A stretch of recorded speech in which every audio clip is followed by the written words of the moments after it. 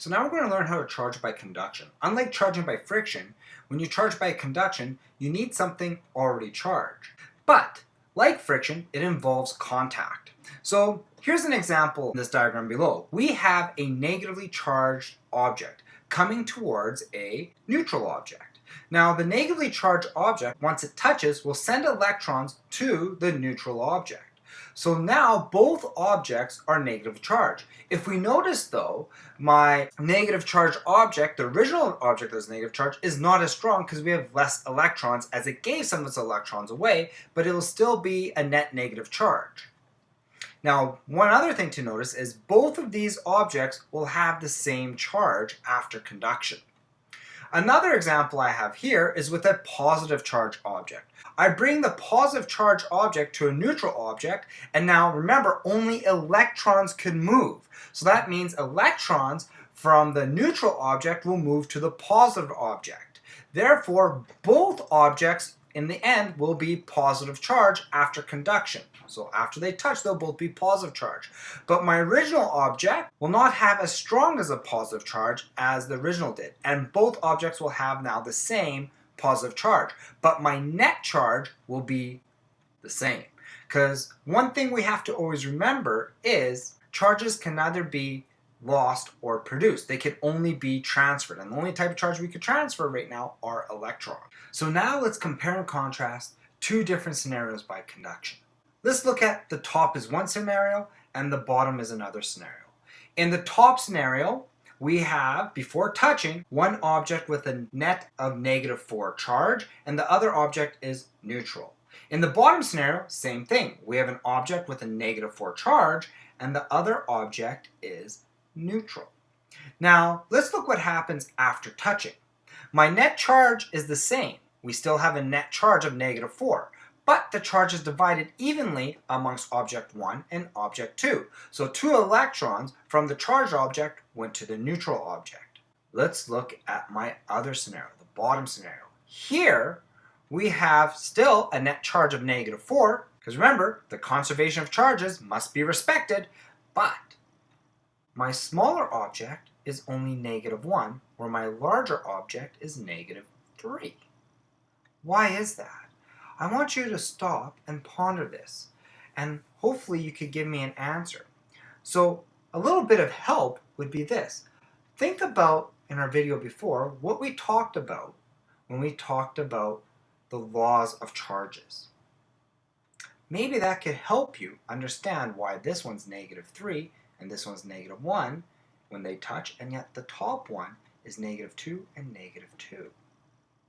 Their net charges are the same, but the charge of each shape is different in the bottom, and why? So our last method of charging that we're going to look at is going to be charging by induction. Charging by induction is different than friction and charging by conduction, because when you charge by induction, you're actually not touching the object.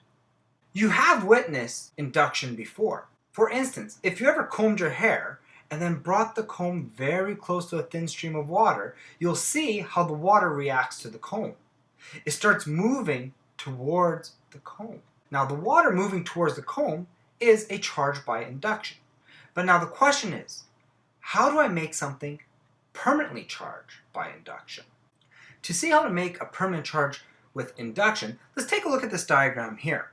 So let's start off by reviewing insulators and conductors. So we know that electrons will move through insulators, but not through conductors. So I have Coca-Cola cans on top, which are conductors, and insulator styrofoam cups on the bottom, which are insulators. So the electrons won't pass through the insulators, but they'll pass through the conductors, which is important here. So now I bring a positive charge object near these Coca-Cola cans.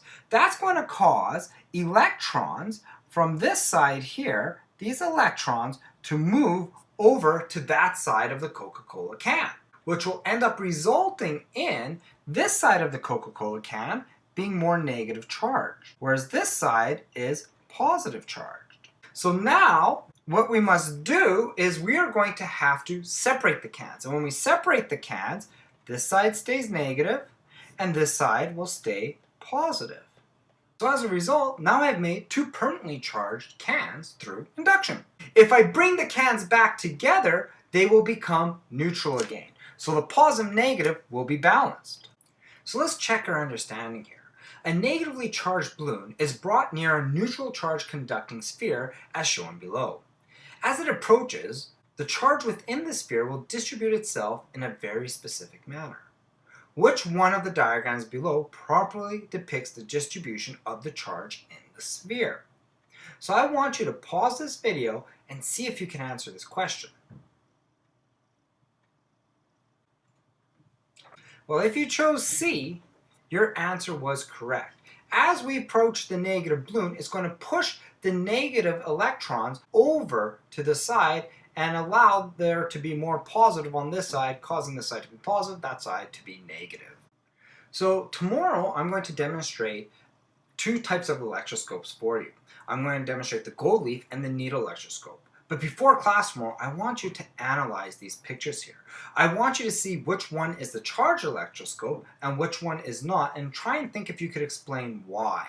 So basically what's going to happen is I will bring a charged rod to either this piece here or this piece here. And I want you to think of how the electrons will flow in this system. And the same thing to this one here. I want you to think of how the electrons will flow in the system and guess which one is the charged and which one is not the charge. So for the gold leaf electroscope, guess which one's the charge, and for the needle electroscope, I want you to be able to try and guess which one is the charge, but use your idea of induction or even conduction, and also how charges interact with each other to justify your answer tomorrow. Now let's look at how lightning works with this electricity. Lightning actually uses all types of charging. It uses friction, induction, and then conduction. So how does that work? Let's first start off here in the cloud. We have water vapor colliding. Now something interesting is the cooler water vapor droplets that condense, they tend to hold electrons more firmly, which means they're going to steal electrons from the warmer water vapor droplets. So then the cooler ones will drop to the bottom because of their gravitational pull, and the lighter ones will float up to the top. So right there we're having friction because these vapors moving around the clouds, there has to be a current, and they're hitting, causing them to rub off each other, and we're having friction creating a charge, where the cooler water droplet vapor comes to the bottom then, and the warmer positively charged water vapor goes to the top. This causes, you might want to think of two polarization plates within the cloud, where the positive top full of warmer air vapor and the negative bottom formed of denser, colder air vapor. With this polarization, it starts forming a plasma, a negative plasma at the bottom where loose electrons could flow freely. Once this happens and we have these two polarized plates, induction could start happening. Why? Because our ground was neutral. But since this is negative, it's going to push the negative electrons from the ground deeper into the ground, leaving the surface more positive. Now that positive surface will ionize the air, causing positive ionized streamers of air to move up until it hits the plasma. So now once the positive streamers reach their way up to the plasma, we may now have conduction. There's a path for the electrons to take, going all the way down to the ground where it's positive. So the negative electrons in the plasma could come down, shooting down into the ground. So let's review this. We first had friction of hot water vapor and cold water vapor mixing together and gaining charges. Then we have two plates forming as the hot water vapor goes up and the cold water vapor comes down. With that, we end up getting induction with the ground. Then, eventually, we get conduction and lightning shoots itself, discharging electrons to the ground. And that is how lightning works. So if charges cannot be created or destroyed, how do we remove charges? Well, that is done by grounding. What we do is we take an object with an excess charge on it and we touch it with another object of substantial size. So when the charge object is grounded, the excess charge is balanced by the transfer of electrons between the charge object and the ground. A ground is simply an object with a seemingly infinite reservoir of electrons. The ground is capable of transferring electrons to or from. So let's look at an example of first a negative charged object. So right here I have a negative charge electroscope. Once my hand touches it, because my body's a lot bigger, the electrons from the electroscope are going to flow completely from the electroscope into my body and then maybe into the ground or somewhere else. That is a way of grounding negative. So then how do I ground positive? Well, it's the exact same thing, except in this case, electrons from my hand will go to the positive charge object, balancing it out. Because I have billions of electrons, it doesn't really make a charge in me, but it will make a charge in that little electroscope.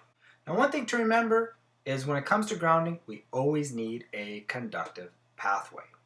So that is everything so far for our introduction to electrostatics.